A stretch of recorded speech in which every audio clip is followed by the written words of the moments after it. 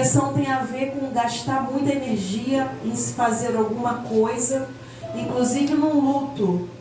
Gastou muita energia naquela perda do ente querido, chorando, angústia, melancolia, tristeza profunda. Perda de emprego, sim, também. Um relacionamento que terminou, sim. Mas também coisas boas que acontecem. A obra da igreja que acabou de ficar pronta. Eu só atendo crente. Faz 3 anos que só atendo crente. Pastor, apóstolo, evangelista, missionário, ministro de louvor, esposa de pastor. A vida está seguindo, tudo está acontecendo, a igreja está crescendo, a família está bem, mas a pessoa está em depressão. Então você precisa, uma vez que você reconhece que não tem algo muito bem com você, que você está sentindo que você está deformando sua identidade, você está perdendo a vontade de fazer aquela comida que você fazia tanto, de reunir pessoas, de estar com as pessoas. Você perdeu aquele prazer, aquela vontade de celebrar, comemorar o Natal como era antigamente, de dar aquelas festas, de dar aquela voltinha com a família. Ah, não, vai vocês, estou muito cansado, hoje não. Você percebe que tem algo errado, fica ligado. Se isso persistir por mais de 2 semanas, você pode desenvolver uma depressão. É importante também a gente falar quanto tempo que dura o tratamento de uma depressão. Depende. A gente divide o tratamento em 3 fases. Quando um profissional fala assim para você, eu acho que você tem. Realmente, o que você tem é depressão. Aí você vai começar o tratamento. Aí a gente tem a primeira fase do tratamento que demora de 1 mês a 3 meses. Depois você vai passar para a segunda fase do tratamento, que vai levar de 4 a 9 meses. E depois, dependendo do nível da gravidade da depressão, você vai para o último estágio, que pode demorar de 10 meses a 5 anos. Então, dependendo do tipo de depressão, você pode aí gastar 6 anos para que ela saia com todas as suas raízes de dentro da sua mente, da sua alma e da sua psique. Parece muito, né? Mas por que leva tanto tempo? O tempo que vai demorar para curar diz, sabe o que sobre você? O tempo que você demorou para buscar ajuda. Então, quanto mais rápido você busca ajuda, menos tempo você vai levar curando e reparando a sua mente, as suas emoções daquela enfermidade. Eu queria falar um pouquinho para vocês sobre o que a gente pode fazer quando a gente está com alguém perto da gente com depressão. Que quando a gente vê um ente querido deprimido, dá uma angústia na gente. Porque você conhece a pessoa antes da depressão, não é verdade? E quando vê a pessoa se definhando, se deformando, triste, jogada num canto, dá um desespero tão grande na gente que a gente quer ajudar. Só que você não estudou para ajudar. Então eu deixo aqui uma dica para vocês, porque eu lido muito com isso. Às vezes a pessoa que está depressiva passa o tempo se tratando da depressão e logo ali na frente, quem mora com ela precisa começar a se tratar também. Porque não dá conta de lidar com uma pessoa depressiva. Então, eu separei aqui algumas coisas que a gente não deve falar para quem está em depressão. Vê se você já caiu nesse erro. O que a gente não pode dizer? Você tem que se esforçar para melhorar. Eu também já disse, já falou também, né? É porque não é a pessoa que quer estar daquele jeito. Quando a pessoa é diagnosticada com depressão, ela leva o laudo para o trabalho e sai de licença. Porque ela não vai trabalhar. E não é porque ela quer, não quer, ou porque ela é preguiçosa. É porque ela não vai ter energia para trabalhar. Então não adianta a gente falar, você precisa melhorar, tem que se esforçar. De onde ela vai tirar? Como é que um carro vai andar sem combustível? enguiçado, sem gasolina. Não adianta. Outra coisa que a gente não pode falar, você tem que pensar positivo, ficar pensando negativo atrai. Só que a depressão é uma enfermidade que pega as piores coisas que estão dentro da gente, tira da caixa e bota para fora. E ela fica o tempo todo relembrando o que a gente não fez, o que não deu certo, o que a gente perdeu. E o nosso cérebro, de uma forma muito estranha, tem uma preferência pelas coisas ruins. Por isso que a palavra de Deus o tempo todo fala, a metanoia, a conversão é na mente. Se vocês dominam esse campo de batalha, que é a mente pensando nas coisas que são do alto. O nosso cérebro gosta de coisa ruim, quer ver? Quem quer ganhar R$100? Todo mundo, né? Que alegria. Entrou na objetiva, que felicidade. Agora, se a gente perder R$100, a dor de perder R$100 é muito maior do que a dor de ganhar R$100, não é?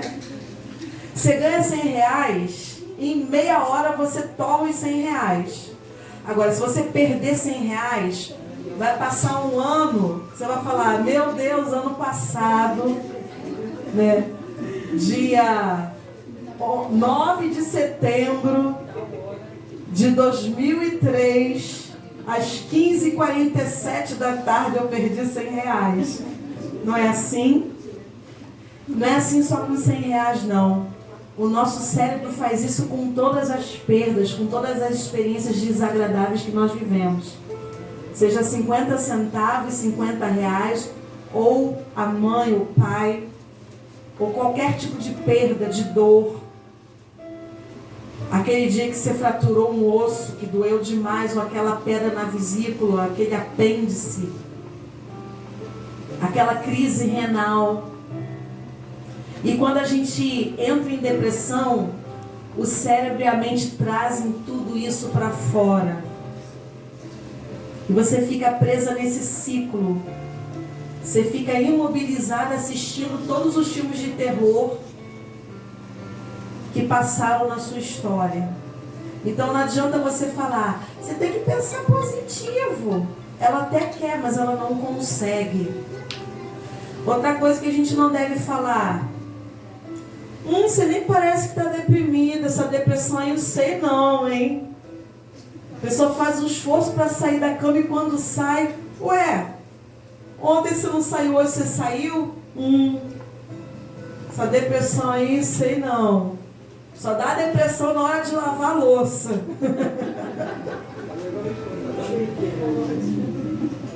Sei não. Parece até fingimento.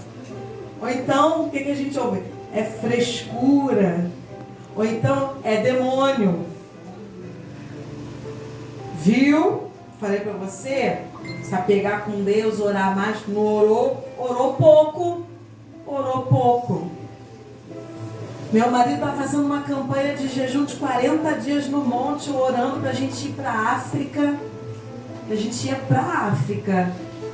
Ô terra difícil, de um peso espiritual de feitiçaria. A gente estava se preparando. E eu fui parar no hospital cega com uma enxaqueca que me cegou.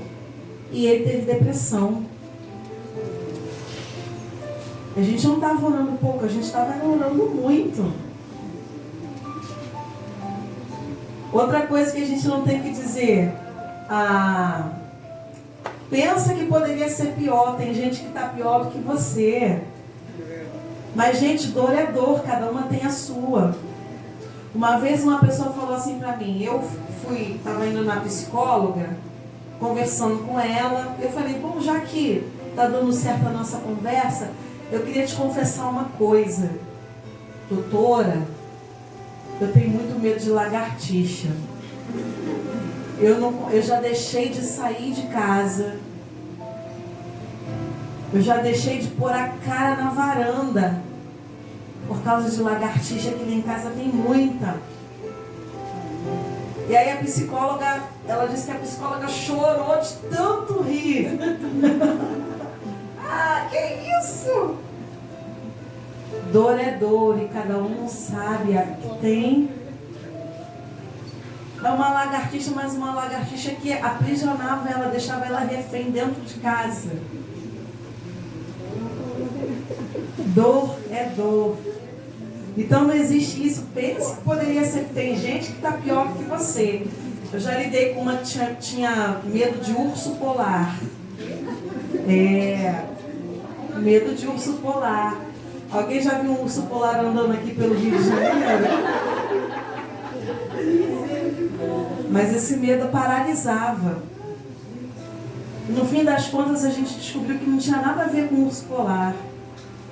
Tudo bem, era muito pontual, ela não gostava de usar nada branco, bicho de pelúcia passava longe. Esse tapete aqui para ela, ó, ela não ia nem pisar. Ela assistiu muito assim, ó. Tudo que tinha pelo. E aí a gente descobriu que era perto do Natal, e muita gente aqui dos anos 80, né, passava aquela propaganda de Natal da Coca-Cola na Globo, né? Hoje, no intervalo da novela das 8, a Coca-Cola vai apresentar a campanha de Natal. Parava a vida, ficava todo mundo em frente à TV para ver aquela propaganda de 1 minuto passar. Descubra a magia do Natal. E aí, ela, o pai e a mãe, esperando ali na frente da TV a propaganda, os pais foram para a cozinha e começaram a brigar, discutir. E ela, mãe, pai, a propaganda vai passar. E a briga. Mãe, pai, aí a propaganda começou e eles brigando, e ela vendo a propaganda, mãe, tá passando. E a propaganda passando, os pais brigando na cozinha. E quando o urso polar pegou a garrafa da Coca-Cola, bebeu e deu aquela piscadinha, ela ouviu lá na cozinha assim: eu vou te largar, vou me separar de você. Ficou com fobia de urso polar. Os pais se separaram. Perto do Natal, que é uma época tão familiar, ela recebe essa ameaça de uma família desfeita e botou a culpa no urso, porque foi ele que piscou na hora que o pai falou. Então, a gente precisa descobrir a origem dos nossos traumas, das nossas dores. Porque senão a gente vai passar a vida inteira se distraindo, tomando analgésicos e, de fato, a gente nunca vai ser curada. E a gente é muito bom em montar uma farmacinha com um monte de distrações e de analgésicos e foge de catucar onde está o foco, a origem do problema.